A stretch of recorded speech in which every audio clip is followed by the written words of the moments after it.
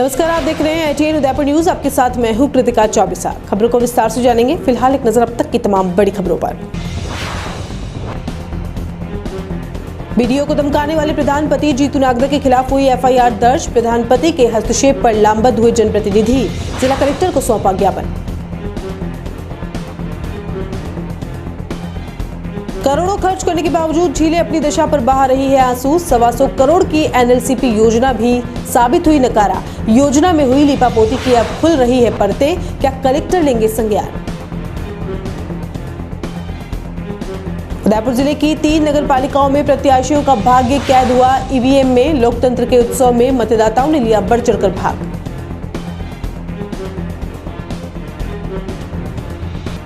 और एक और जहां कोरोना महामारी पूरी तरह से नियंत्रण में होने के दावे, तो वहीं लगातार बढ़ाई जा रही है निषेधाज्ञा की अवधि। कलेक्टर के आदेश के बाद व्यापारियों में है निराशा। अब खबरें विस्तार से। सबसे पहले बात करते हैं बड़गांव पंचायत समिति में घटित घटनाक्रम की। उदयपुर शहर से सटी बड़गांव पंचायत समिति के BDO जितेंद्र सिंह सांधु और प्रधानपति जितेंद्र नागदा के बीच हुए मामले ने अब राजनीतिक रंग ले लिया है। तो वहीं दूसरी ओर BDO की ओर से सुखेर थाने में प्रधानपति के खिलाफ मामला दर्ज करवा दिया है। भाजपा प्रधान प्रतिभा नागदा के पति के द्वारा BDO के साथ की गई बदसलूकी के बाद गुरुवार को कांग्रेस के पंचायत समिति सदस्य और कांग्रेसी कार्यकर्ता पंचायत समिति पहुंच गए। इसके बाद दोनों के बीच हुई घटना पर विरोध जताया। पंचायत समिति में इकट्ठा होने के बाद सभी लोग जिला कलेक्टर पहुंचे और प्रधानपति के खिलाफ कार्रवाई की मांग की गई। आपको बता दें कि प्रधान भाजपा की होने से घटना के विरोध में कांग्रेसी उतर आए हैं। जिला कलेक्टर को ज्ञापन देने के बाद कांग्रेस के पंचायत समिति सदस्यों ने मांग उठाई है कि सबसे पहले प्रधानपति के खिलाफ कार्रवाई हो, साथ ही जनप्रतिनिधियों के रिश्तेदारों की दखलंदाजी पर रोक लगे। इधर BDO ने गुरुवार को साफ किया कि पहले प्रधान के तेवर अलग थे, लेकिन अब तेवर बदल गए हैं। एक बार तो प्रधानपति ने थाने में माफी मांग ली, लेकिन अब जिस तरह के तेवर प्रधान अपना रही है, उसके बाद प्रधानपति के खिलाफ मुकदमा दर्ज करवा दिया गया है। जी नागदा और हीरालाल जी डांगी और एक वकील साहब भी कोई साथ में थे, तो तीनों ने वहाँ पर मुझे खूब एक तरह से हाथाजोड़ी की और खूब माफ़िया मांगी और खूब पैर पकड़े और गलती हो गई, भविष्य में कभी नहीं होगा, मेरी बिल्कुल बहुत बड़ी गलती हो गई, आप बड़े हो, बड़े समझ के माफ़ कर दो, मुकदमा दर्ज मत कराओ। और काफ़ी ज़्यादा लगभग घंटे 1.5 घंटे तक उनके द्वारा इस तरीके से जो ये माफ़िया वगैरह मांगी गई, तो उसके कारण जो है वो मैंने भी फिर अपने साथियों से बात की। उन्होंने कहा अब जब ये फील कर रहा है, रिग्रेट कर रहा है, तो फिर इस मैटर को ख़त्म कर दें।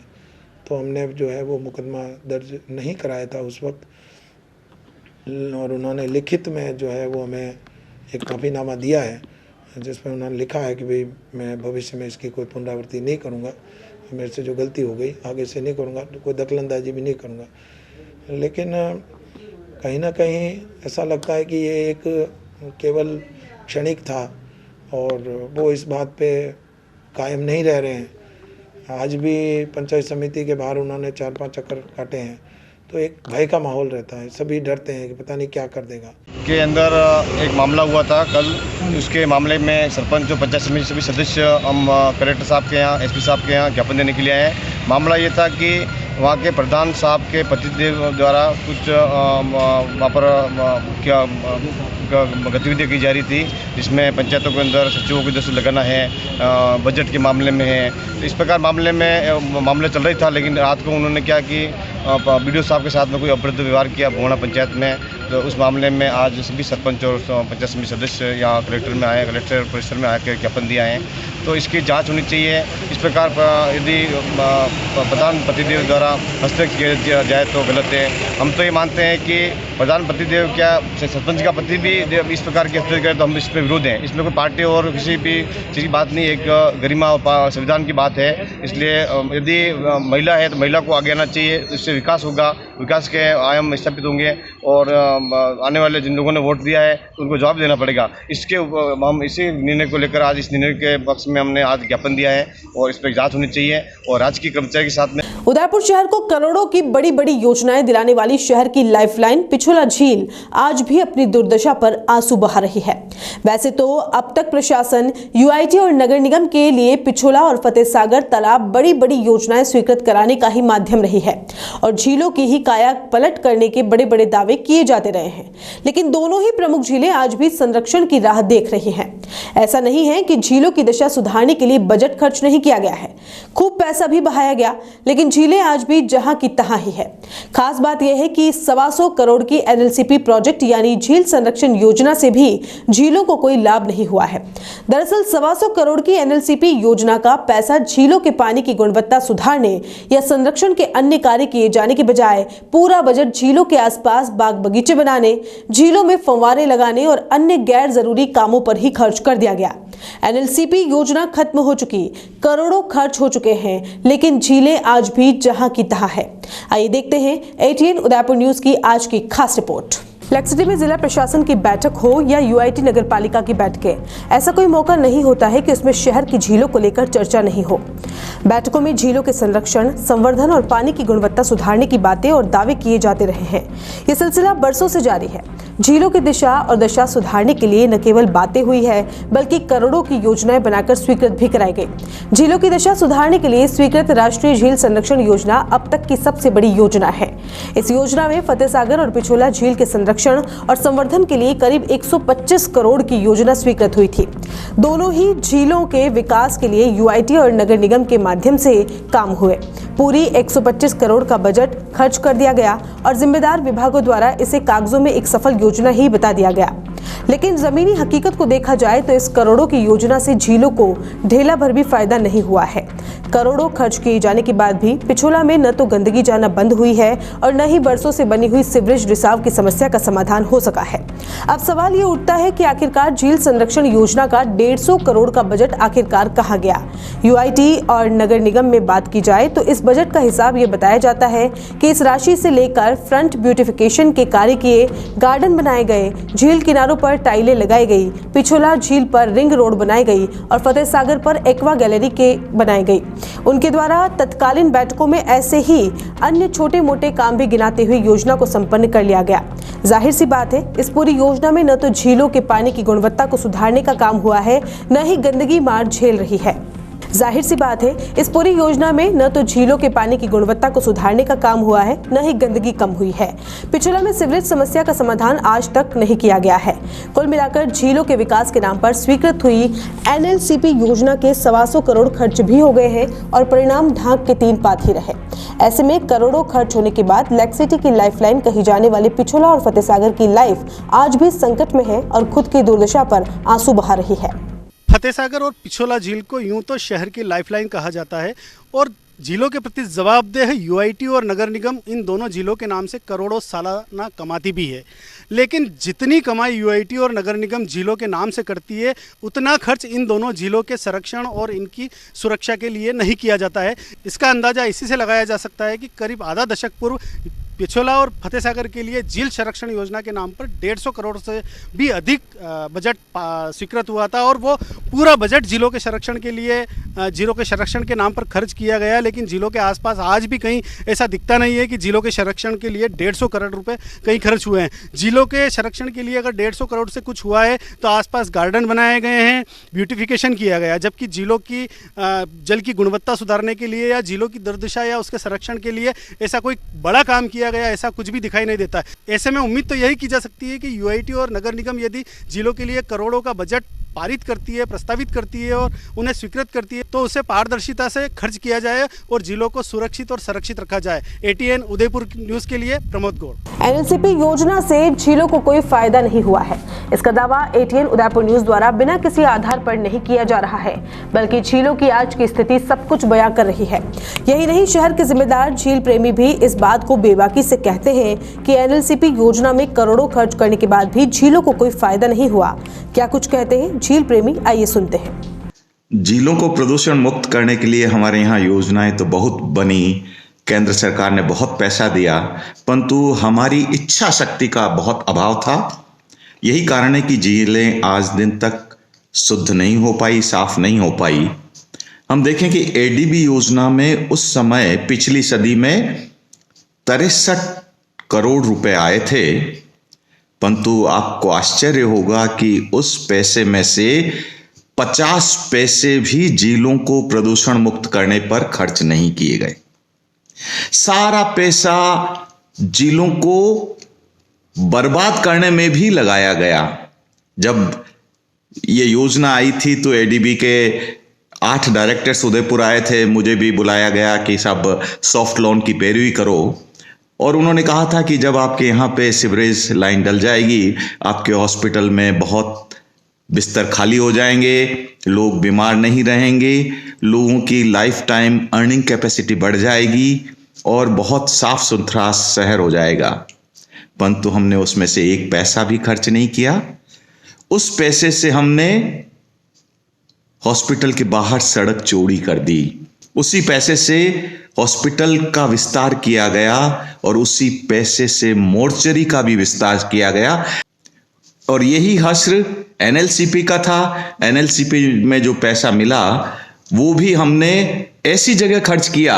ओटीसी स्कीम में अभी भी ऑफिसर्स के जो क्वार्टर्स बने हुए उन पे जाके आप देखिए कि उस रोड पे एक भी सड़क पे नाली नहीं आ रही है, कोई सीवेज नहीं आ रहा है, क्योंकि दोनों तरफ के मकानों के सीवेज पीछे की तरफ जा रहे हैं, परंतु आपने वहां पे सीवरेज लाइन डाल दी।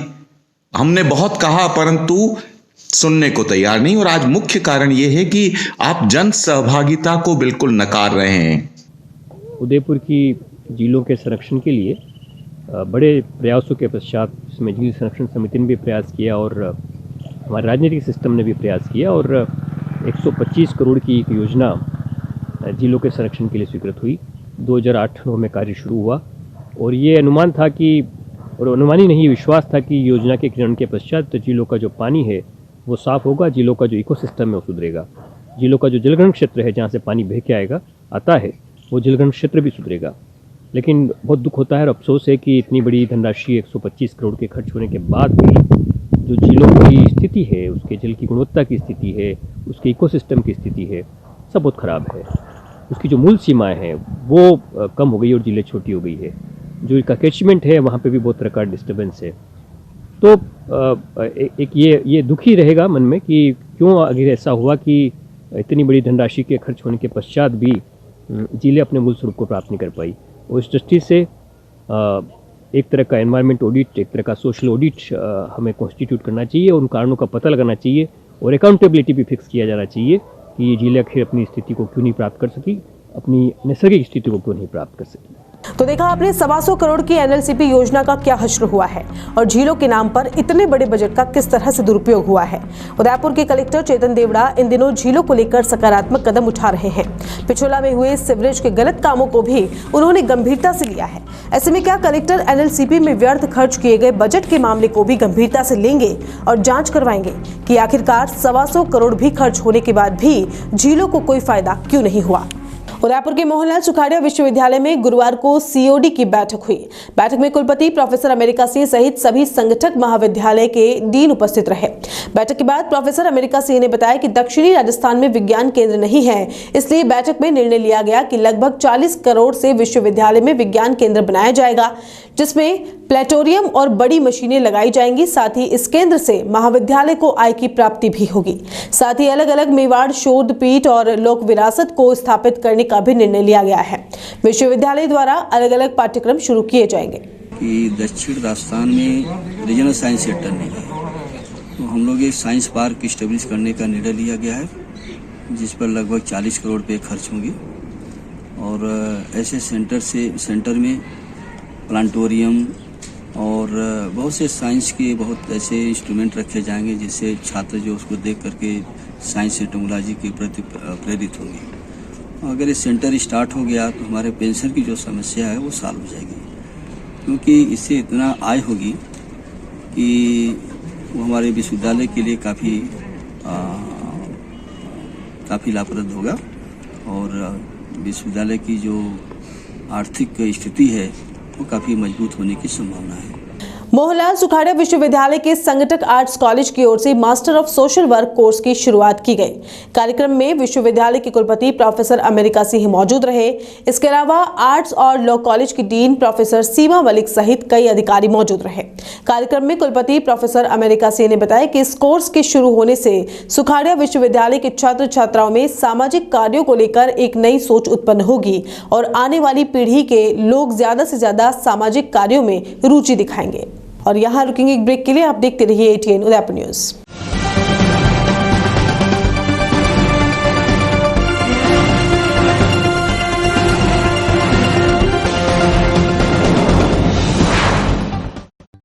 Sir Padampat Singhania University offers exclusive courses in the School of Engineering and School of Management for the students to learn, grow and develop in various technological and managerial fields. The university offers paid internships and final placements at high salary packages in top companies of India and abroad to all the students. Be a part of India's leading university to achieve professional excellence in the field of engineering and management.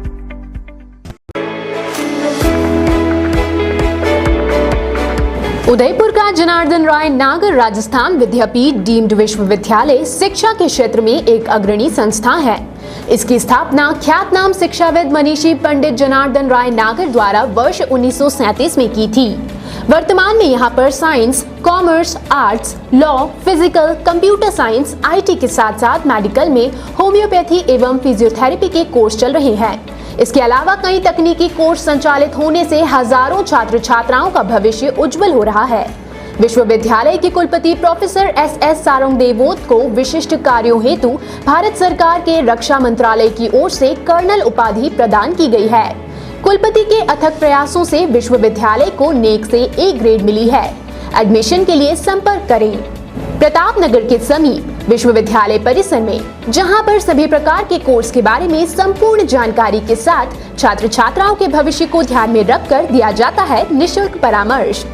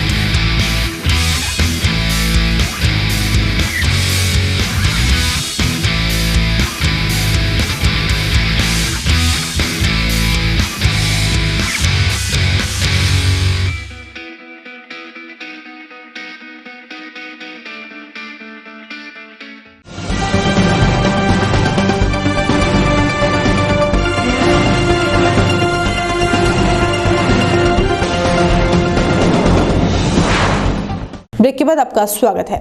Udaipur जिले में गुरुवार को 3 नगर पालिका के पार्षदों का भाग्य EVM में कैद हो गया।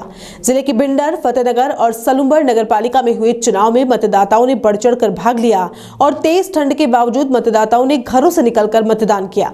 तीनों नगर पालिकाओं में मतदान के दौरान जिला निर्वाचन अधिकारी चेतन देवड़ा और जिला पुलिस अधीक्षक राजीव प्रचार भी मतदान केंद्रों पर पहुंचे और मतदान केंद्रों की व्यवस्थाओं का जायजा लेते हुए शांतिपूर्ण मतदान संपन्न करवाने की बात कही।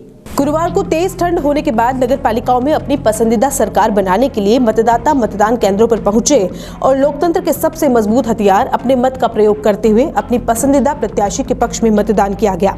उदयपुर जिले की 3 नगर पालिकाओं में मतदाताओं ने अच्छा खासा उत्साह देखा गया। जिले की भिंडर नगर पालिका की बात करें तो इस बार यहाँ पर बीजेपी, कांग्रेस और जनता सेना के साथ साथ कुबेर सेना प्रत्याशी चुनाव मैदान में डटे रहे। भिंडर नगर पालिका में हुए चुनाव बड़े ही रोचक मुकाबले के साथ संपन्न हुए। मतदान केंद्रों पर अच्छी खासी भीड़ देखी गई तो पार्षद प्रत्याशियों ने लोगों को घरों से लाकर मतदान करवाने में कोई कसर नहीं छोड़ी। भिंडर नगर पालिका में इस बार 25 वार्डों के लिए मतदान हुआ, जबकि परिसीमन से पहले यहां पर 20 वार्ड ही हुआ करते थे। भिंडर नगर पालिका में कांग्रेस और भाजपा पर जनता सेना पूरी तरह से भारी पड़ती दिखाई दी। हालांकि कुबेर सेना के 14 प्रत्याशी भी चुनाव मैदान में होने से मुकाबला रोचक हो गया।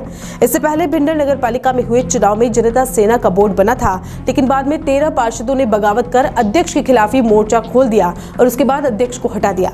इसके बाद जनता सेना के प्रत्याशी पूरी तरह से उत्साहित हैं और उनका मानना है कि उनका ही बोर्ड बनेगा।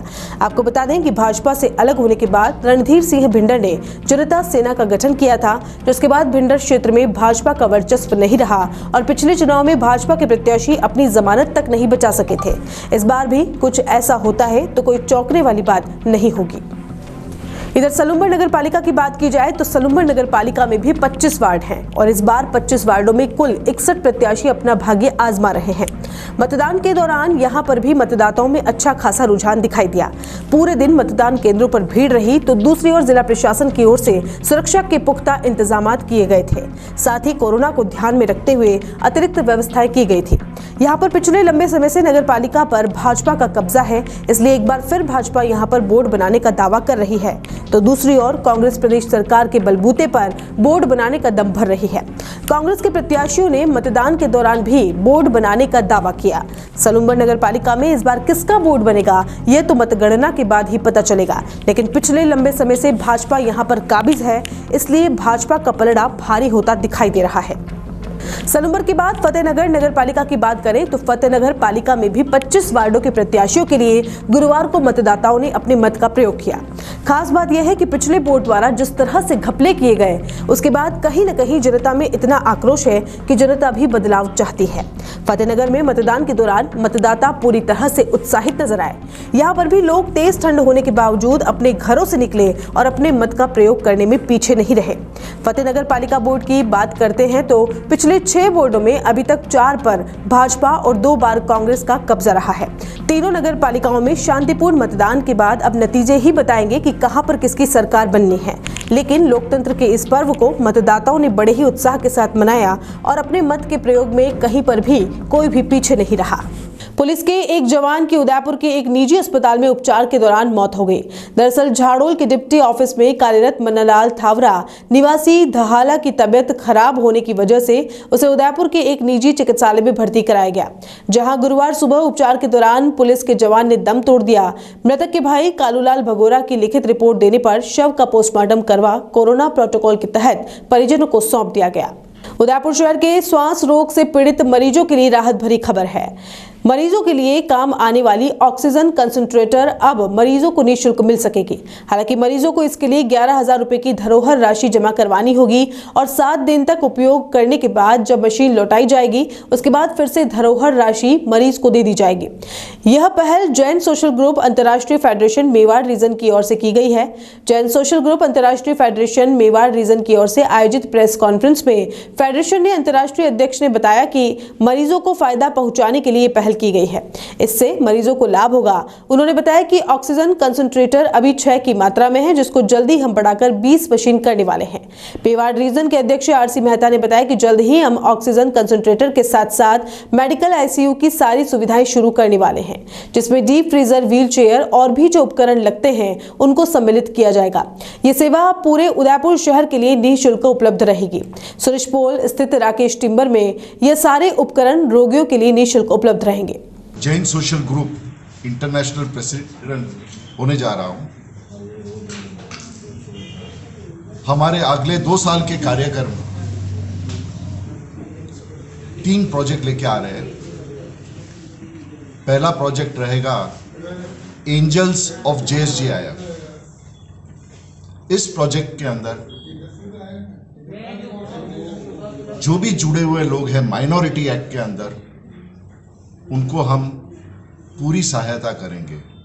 माइनॉरिटी के सर्टिफिकेट्स लेने, माइनॉरिटी के एप्लीकेशंस करनी, like for student fund, education loans, business loans, whatever minority के जो भी कोई बेनिफिट्स मिलते हैं उसके लिए पूरी सहायता करनी, फॉर्म भरना, और जब तक उनको राशि न मिले तब तक उनको हेल्प करना। सहयोग के अंदर हम जो भी यूज्ड मशीन्स है या किसी को ब्रांड न्यू मशीन्स देने हो, मेडिकल इक्विपमेंट्स है, वो हम कलेक्ट करेंगे, एक जगह पे रखेंगे, जैसे व्हील चेयर हो, कॉट्स हो, ऑक्सीजन बॉटल्स हो, और जिनको ये चीज़ की ज़रूरत रहेगी उनको हम फ्री ऑफ कॉस्ट यूज़ करने देंगे।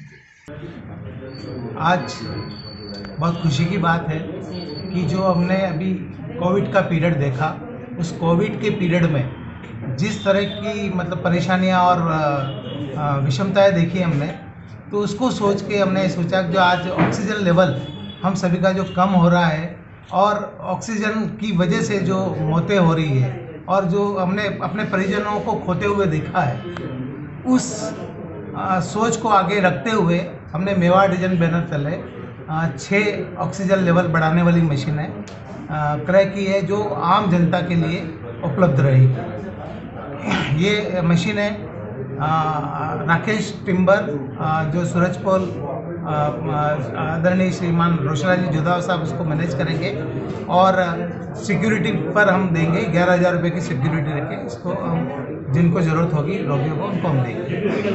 और यहाँ एक बार फिर से रुकेंगे एक ब्रेक के लिए। ब्रेक के बाद हाजिर होंगे कुछ और खबरों के साथ।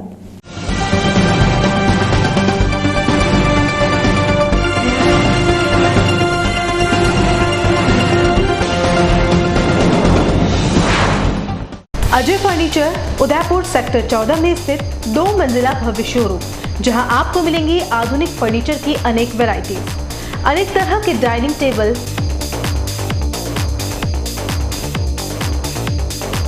सोफा सेट,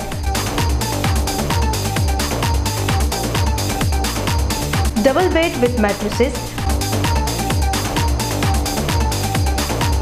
अलमारी, मंदिर स्थान, प्लास्टिक चेयर्स और सभी तरह के ऑफिस फर्नीचर्स।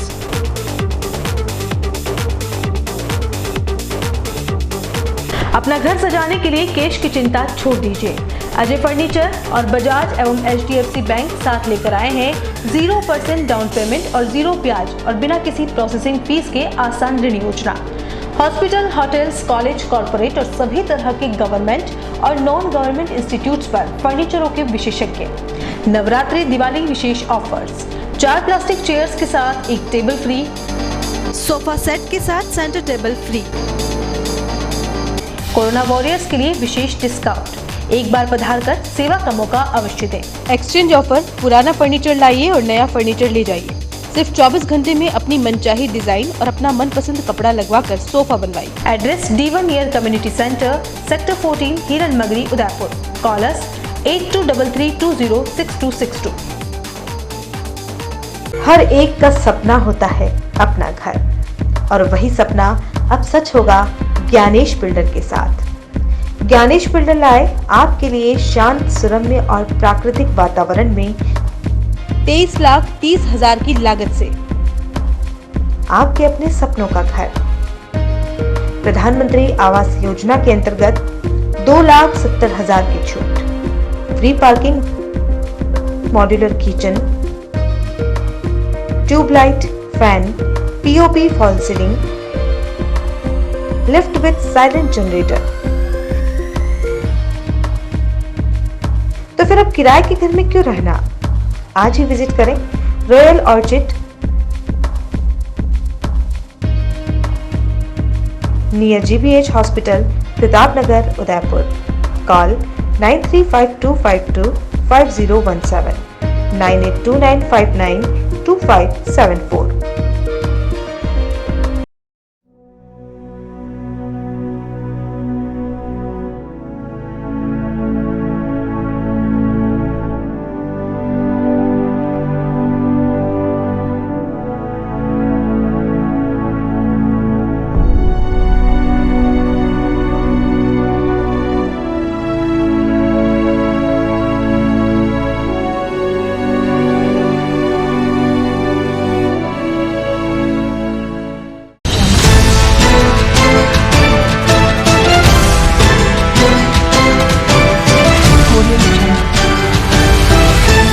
क्या आप किराएदार हैं और अपने किराए के मकान से परेशान हैं और आप चाहते हैं कि आपके सपनों का घर हो, वो भी शहर के अंदर? तो अब फिक्र करने की कोई बात नहीं है, क्योंकि वेदेही ग्रुप आपके लिए लाया है एक ऐसा अनोखा गेम शो जिसका नाम है KBKMM, यानी कि कौन बनेगा किराएदार से मकान मालिक। आपको सिर्फ देने होंगे 14 सवालों के आसान जवाब और आप जीत सकते हैं 10 लाख रुपए तक का डिस्काउंट अपनी फ्लाइट बुकिंग पर। आपको क्या करना होगा? आपको बस इस दिए गए नंबर पे कॉल करना होगा और रजिस्ट्रेशन करवाना होगा Vaidehi affordable premium housing project में, और आप खेलेंगे मेरे साथ KBKMM, यानी कि कौन बनेगा किराएदार से मकान मालिक। सन सिटी साकरोदा उदयपुर से 23 किलोमीटर की दूरी पर उदयपुर प्रॉपर्टी लाया है आवासीय प्लान, जिसमें 99 ड्रॉ में शामिल होकर 1,17,500 का प्लॉट मात्र 500 रुपए में पाने का सुनहरा अवसर। आज ही 1000 से बुकिंग करवाकर अपना लकी सदस्यता नंबर प्राप्त करें। संपर्क करें 8559858687 और 9549717069।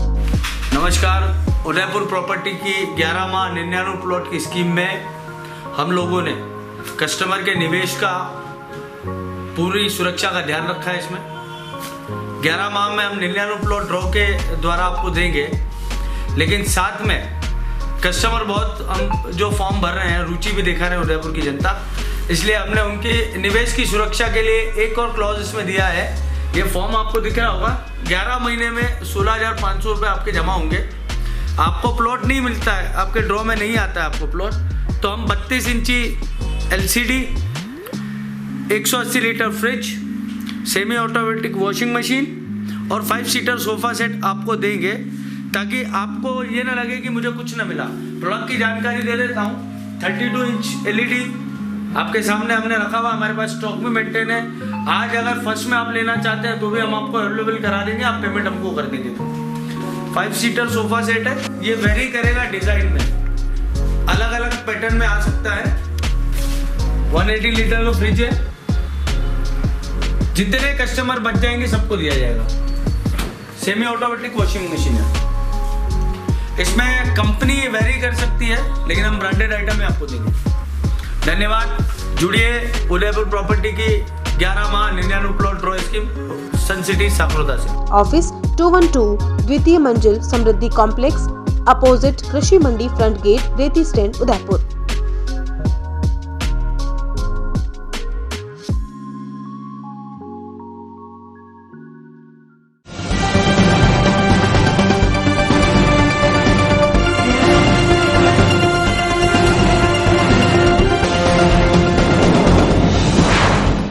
ब्रेक के बाद एक बार फिर से आपका स्वागत है। शहर और जिले में कोरोना पर लगातार नियंत्रण होता जा रहा है। इसके चलते जहां चिकित्सा विभाग और आम लोग भी राहत में हैं, वहीं बुधवार की शाम को आए कलेक्टर चेतन देवड़ा के एक आदेश ने व्यापारियों को केवल निराश किया है, बल्कि उन्हें व्यापार व्यवसाय की चिंता भी सताने लगी है।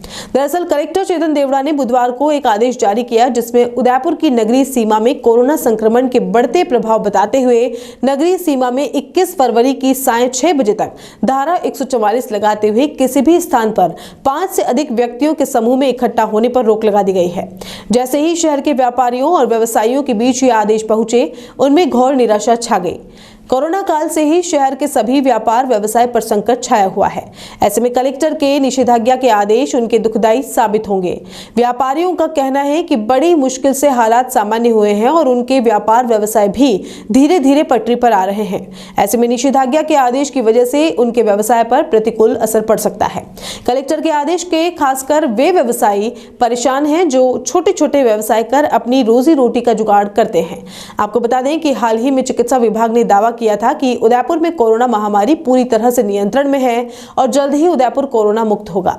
ऐसे में होना तो ये चाहिए कि लोगों को सावधानी बरतने के साथ सभी छूट मिलती ताकि वे अपने व्यापार व्यवसाय और नौकरी सामान्य रूप से कर सके। कलेक्टर के आदेश के बाद निराश हुए व्यापारी क्या कहते हैं, आइए सुनते हैं। पहले व्यापारी कोरोना महामारी के कारण आर्थिक ढंग से काफ़ी टूटा हुआ है। बड़ी मुश्किल से गाड़ी पटरी पे आई है। कृपया करके कलेक्टर साहब से निवेदन है कि व्यापारियों का हित में ध्यान से रखते हुए निर्णय लें। जिस प्रकार शहर में कलेक्टर महोदय ने धारा 124 लागू की है, वैसे ही देखा जाए तो व्यापारी इतना परेशान हो रहा है और ऊपर से और इन्होंने लॉकडाउन लगा दिया तो इससे व्यापारी की काफ़ी दूर से हो सकती है। और वैसे मार्केट देखा जाए तो बिल्कुल चल रहा है, व्यापारी वैसे ही मरा हुआ है। और आदरणीय कलेक्टर साहब से मेरा ये आग्रह है कि आप ऐसे निर्णय ना लें, क्योंकि राज्य सरकार द्वारा पहले कर्फ्यू लगाया था। कर्फ्यू से बड़ी मुश्किल से हम बाहर आए हैं उभर के, और पुनः आप अगर धारा 124 लागू करोगे तो ये जनता के पक्ष में कोई निर्णय नहीं आता। मैं अभी कल से ये खबर आई है कलेक्टर साहब ने धारा 144 लगा दी। मेरे को ये समझ में नहीं आ रहा है, पूरे दिन तो कोरोना नहीं आ रहा, शाम को आते हुए क्या 6 बजे बाद कोरोना आ जाता है, जो आप 6 बजे बाद लोगों को जो खाने वाले पीने वाले मार्केट है उनको परेशान कर रहे हैं। धीरे धीरे गाड़ी पटरी पे आने लगी तो वापस से इससे बहुत ज़्यादा इफेक्ट पड़ेगा। इससे हमारा परिवार भी वापस थोड़ा यूँ लगेगा कि काम बंद होना लगेगा। हम कलेक्टर साहब से गुजारिश चाहते हैं कि आप ये धारा 144 लगानी है तो रात को 12 बजे से सुबह 5 बजे तक लगाई जाए। इससे क्या शहरवासी भी आनंद से रहेंगे और सारा काम सुचारू से चलेगा। सर, धारा 144 लागू की है, इसकी वजह से ये मेरा कहना है कि अब तो वैक्सीन भी आ गई है और कोरोना का दबाव भी कम हो गया है, तो ये धारा 144 शहर के अंदर नहीं लागू होनी चाहिए, क्योंकि हमारा बाज़ार बड़ी मुश्किल से तो लॉकडाउन को झेलते हुए अब धीरे धीरे उभरने लगा है। टूरिस्ट भी आने लगे हैं, जैसे जैसे हमारा व्यापार भी बढ़ने लगा है। पहले हम 8 बजे बंद करते थे दुकानें, अब थोड़ा सा टाइम बढ़ा है तो हमारा भी रोज़गार बढ़ने लगा है। तो मैं कलेक्टर साहब से ये कहना चाहूँगा कि थोड़ा सा हमारा भी ध्यान रखें और 144 धारा ना लगाकर और जैसे पटरी पे आ रही है उसको धीरे धीरे आने दें तो हमारे भी आगे हमारे काम आएगा। उदयपुर शहर के सेक्टर 11 स्थित सहारा इंडिया कार्यालय के बाहर एजेंट्स और जमाकर्ताओं ने गुरुवार को विरोध प्रदर्शन किया। जमाकर्ताओं ने विरोध प्रदर्शन करते हुए कहा कि सहारा इंडिया के कर्मचारियों द्वारा पिछले वर्ष से जमाकर्ताओं का भुगतान नहीं किया जा रहा है और एजेंटों का भी जो कमीशन है वह भी नहीं दिया जा रहा है। और जब एजेंट सहारा इंडिया के कर्मचारियों से बात करते हैं तो कर्मचारी कह देते हैं कि हाईकोर्ट ने मार्च के बाद भुगतान करने का आदेश दिया है। वहीं एजेंटों और जमाकर्ताओं का कहना है कि हाईकोर्ट द्वारा ऐसा कोई आदेश नहीं है और आरटीआई के तहत जो कॉपी निकलवाई गई है उसमें हाई कोर्ट से कोई लेना देना नहीं है। एजेंट्स ने बताया कि सहारा इंडिया कंपनी में ही 600 करोड़ से अधिक पैसा जमा करा रखा है। कुछ जमाकर्ताओं ने कहा कि अगर कंपनी पैसे नहीं देती है तो हमें आत्महत्या करने पर मजबूर होना पड़ेगा। ऐसे बहुत सारे भुगतानकर्ता एजेंटों के घर आकर बैठे हैं जिससे एजेंट्स को भी आत्महत्या करने को मजबूर होना पड़ सकता है। इससे पहले कंपनी के खिलाफ एजेंट और जमाकर्ताओं ने भोपालपुरा थाने में मुकदमा भी दर्ज करा रखा है। हम पिछले 3 साल से इतने परेशान हो चुके हैं, इतने कि हमारे जमाकर्ता, सम्मानित जमाकर्ता जिनको हम भुगतान घर घर जाके पेमेंट लाए, कंपनी ने जो स्कीमें बताई उसके अकॉर्डिंग उनसे पैसा लाए और कंपनी को व्यवसाय दिया, आज उसका ये सिला मिल रहा है कि हमारे जमाकर्ताओं को 2.5 से 3 साल हो गया है, भुगतान नहीं मिल रहा। कोई किसी का 1 लाख रुपया, किसी का 10 लाख रुपया, कोई 1000 रुपया भी है, ये दे नहीं पा रहे हैं। और ये अधिकारी रोज झूठ पे झूठ बोल रहे हैं कि हमारा एम्बार्गो लगा हुआ है, सुप्रीम कोर्ट से प्रतिबंध लगा हुआ है, लेकिन ऐसा कोई प्रतिबंध लगा हुआ नहीं हुआ है। ऐसा सुप्रीम कोर्ट में भी कहा गया है, उसकी कॉपी भी अभी बताई गई थी आपको। हम इतने परेशान हो चुके, आज हमारे घर पे घर चलाने के लिए भी हमें कमीशन दी। मेरा 7 लाख रुपए का कमीशन मेरी ब्रांच पे, अर्जित कमीशन जो मैंने कंपनी के द्वारा कहाई गई स्कीमों में काम करके कमाया हुआ है, वो भी नहीं दे पा रहे हैं। आज ये स्थिति है, मेरा बच्चा 10वीं क्लास में पढ़ता है, उसकी फीस देने के लिए मेरे पास पैसा नहीं है। हम दर के दर भटक रहे हैं, न प्रशासन का हमारे सहयोग कर रहा है, न कंपनी हमारा सहयोग कर रही है, न थाने में सहयोग किया जा रहा है। हमने इसकी शिकायत माननीय मुख्यमंत्री महोदय को, सहकार भवन में रजिस्ट्रार महोदय को, थाने में डीआईजी साहब को, एसपी साहब को, कलेक्टर साहब को, सबकी की हुई है, लेकिन कोई भी सुनवाई नहीं कर रहा है। तो आपके द्वारा, हम आपके चैनल के द्वारा सभी प्रशासनिक अधिकारियों, एसपी साहब, डीआईजी साहब, कलेक्टर साहब, सबसे निवेदन करते हैं कि हमारे सम्मानित जमाकर्ताओं को उनका भुगतान दिलाया जाए, ताकि वो आज हमें चैन की नहीं सोगा। सम्मानित जमाकर्ता हमारे घर पे आ रहा है, हमारा जब किसी भी सम्मानित जमाकर्ता पैसा हमारे नहीं लिया हुआ है, संस्था में जमा है, लेकिन आज वो जमाकर्ता हमारे घर आता है, हमने तो आपको देख के पैसा दिया है, तो इस पे न्याय के दिलाया जाए। और अधिकारी अपना रोज पेट भर रहा है, वो तनख्वाह ले रहा है, ऑफिस का खर्चा निकल रहा है, उनका आने जाने का पेट्रोल का पैसा निकल रहा है, टीएडी हो रहा है, लेकिन हम जमाकर्ताओं और कार्यकर्ताओं को भुगतान नहीं किया जा रहा है। सरदारपुरा ब्रांच पे करीब 16-17 साल से काफ़ी समय हो गया इनको भुगतान नहीं देते हुए। करीब 3 साल हो गए मेरी पार्टियों को हम कहते रहे कि हाँ अब आ रहा है, अब आ रहा है। अब ये लॉकडाउन के बाद जो स्थिति बनी है उसमें हम हमारा स्वयं का घर भी नहीं चला पा रहे हैं, क्योंकि ये हमें गुजारे लायक पैसा भी नहीं दे पा रहे, जबकि हमारा खुद का कमीशन पड़ा हुआ है, जमा रकम पड़ी हुई है। अमाउंट मेरा खुद का 3 लाख रुपए कमीशन का पड़ा हुआ है, जमाकर्ताओं को 1.5 करोड़ रुपए अभी तक की पेंडिंग है मेरी। और इसी कारण अभी मेरे घर का लाइट कनेक्शन कट चुका है। 1 महीने से मैं ऑफिस के चक्कर लगा रहा हूँ, और ये अधिकारी जितने भी आते हैं सब मिलके दादागिरी करके, लिपापोती करके चले जाते हैं, और कोई हमारे हक में कोई बात नहीं करता। और जब बात करने आते हैं तो इधर उधर की बातें करके बरगला देते हैं। रोज जमा करता हमारे घर आ रहा है और हमें परेशान कर रहा है, हम क्या करें? अंदर क्या कहा जा रहा है? आप पैसे मांगने जाते थे? पैसे मांगने जाते हैं तो कहते हैं कि आगे से आएगा तो दिया जाएगा, और कहते हैं कि काम करो तो फिर देंगे। तो जब पहले ही नहीं दिया तो काम कौन सा करेंगे? और आप खुद समझ सकते हैं कि इस माहौल में कौन पैसा देगा। और अधिकारी हर महीने सैलरी उठा रहा है। पुलिस प्रशासन में सब जगह हमने शिकायत करी, वहाँ पे भी इन्होंने अपने प्रभाव का दबदबा बना के कोई कार्रवाई नहीं होने दे रहे। 30 लाख रुपए से 40 लाख रुपए पड़े हुए हैं, 1 रुपया भी नहीं दे रहे मेरे को, और वो चक्कर कटवा रहे आगे पीछे। वो बताओ क्या मैं कदम क्या उठाऊंगा? आत्महत्या करूंगा, फांसी लूंगा, मेरे परिवार दुखी हो रहा है। मैंने सारा पैसा ला के यहाँ जमा ये करते हैं। उदयपुर शहर के जिला परिषद सभागार में उस समय सोशल डिस्टेंसिंग की धज्जियां उड़ाई गई जब शिक्षक भर्ती को लेकर दस्तावेजों की जांच की गई। दरअसल 2018 से लंबित पड़ी 2nd ग्रेड और 3rd ग्रेड शिक्षक भर्ती के दस्तावेजों की जांच के लिए गुरुवार को अभ्यर्थियों को बुलाया गया, लेकिन वहां पर सोशल डिस्टेंसिंग की पालना नहीं की गई और जिला परिषद की ओर से ऐसी कोई व्यवस्था नहीं की गई कि अभ्यर्थियों का कम संख्या में सभागार में प्रवेश हो सके, ताकि वहां पर सोशल डिस्टेंसिंग बनी रहे। दस्तावेजों की मांग के दौरान टीएसपी और नॉन टीएसपी दोनों क्षेत्र के अभ्यर्थियों को बुलवाया गया और दस्तावेजों की जांच की गई। आपको बता दें कि 211 सीटों पर भर्ती के लिए दस्तावेजों की जांच की गई। हालांकि जिन अभ्यर्थियों के दस्तावेजों में कमी पाई गई उनको एक बार फिर मौका दिया गया है और उनको 2 फरवरी को बुलाया गया है ताकि अपना सभी दस्तावेजों को वो पेश कर सके। चलते चलते एक बार फिर नजर डालते हैं अब तक की हेडलाइंस पर। बीडीओ को धमकाने वाले प्रधानपति जीतू नागदा के खिलाफ हुई एफआईआर दर्ज। प्रधानपति के हस्तक्षेप पर लामबंद हुए जनप्रतिनिधि, जिला कलेक्टर को सौंपा ज्ञापन। करोड़ों खर्च करने के बावजूद झीलें अपनी दशा पर बहा रही है आंसू। 125 करोड़ की एनएलसीपी योजना भी साबित हुई नकारा। योजना में हुई लीपापोती की अब खुल रही है परतें, क्या कलेक्टर लेंगे संज्ञान? उदयपुर जिले की 3 नगर पालिकाओं में प्रत्याशियों का भाग्य कैद हुआ। ईवीएम में लोकतंत्र के उत्सव में मतदाताओं ने लिया बढ़ चढ़कर भाग।